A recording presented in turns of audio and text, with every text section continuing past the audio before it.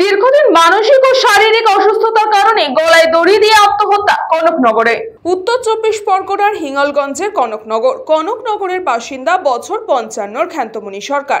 তিনি দীর্ঘদিন ধরে মানসিক ও শারীরিক অবসাদগ্রস্ত ছিলেন। সেই মানসিক অবসাদ থেকেই বাড়ির পাশে খাল ধারে গলায় দড়ি দিয়ে আত্মহত্যা করেন। আশেপাশের লোকজন তারা জানিয়েছেন, কাজের সুবাদে খাল ধারে গেলে দেখতে পান একজন মহিলা মৃত অবস্থায় পড়ে রয়েছে। এরপরই খোঁজ খবর দেওয়া হয় এলাকায়, জানা যায় তার নাম ক্ষান্তমণি সরকার। এরপরই তার বাড়িতেও খবর দেওয়া হয়, পাশাপাশি খবর দেওয়া হয় হিঙ্গলগঞ্জ থানায়। পুলিশ এসে মৃতদেহ উদ্ধার করে নিয়ে যায় ময়নাতদন্তের জন্য।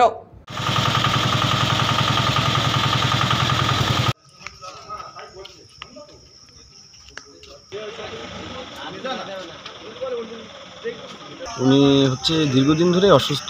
এবার প্রচণ্ড একটা মানসিক যন্ত্রণা, এই অসুস্থতার প্রতি টাকা পয়সা খরচাপাতি হচ্ছে, একটা মানসিক দুর্দশাগ্রস্তর মধ্যে দিয়ে আজকে এই পথটা বেছে নিয়েছে। মানে সে আর যন্ত্রণা সহ্য করতে পারছিল না।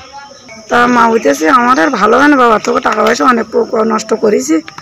এখানে যে শুনলাম এই মা আছে বলে দিয়েছে। সুকান্ত দাসের রিপোর্ট, নিউজ পঙ্গো টাইম।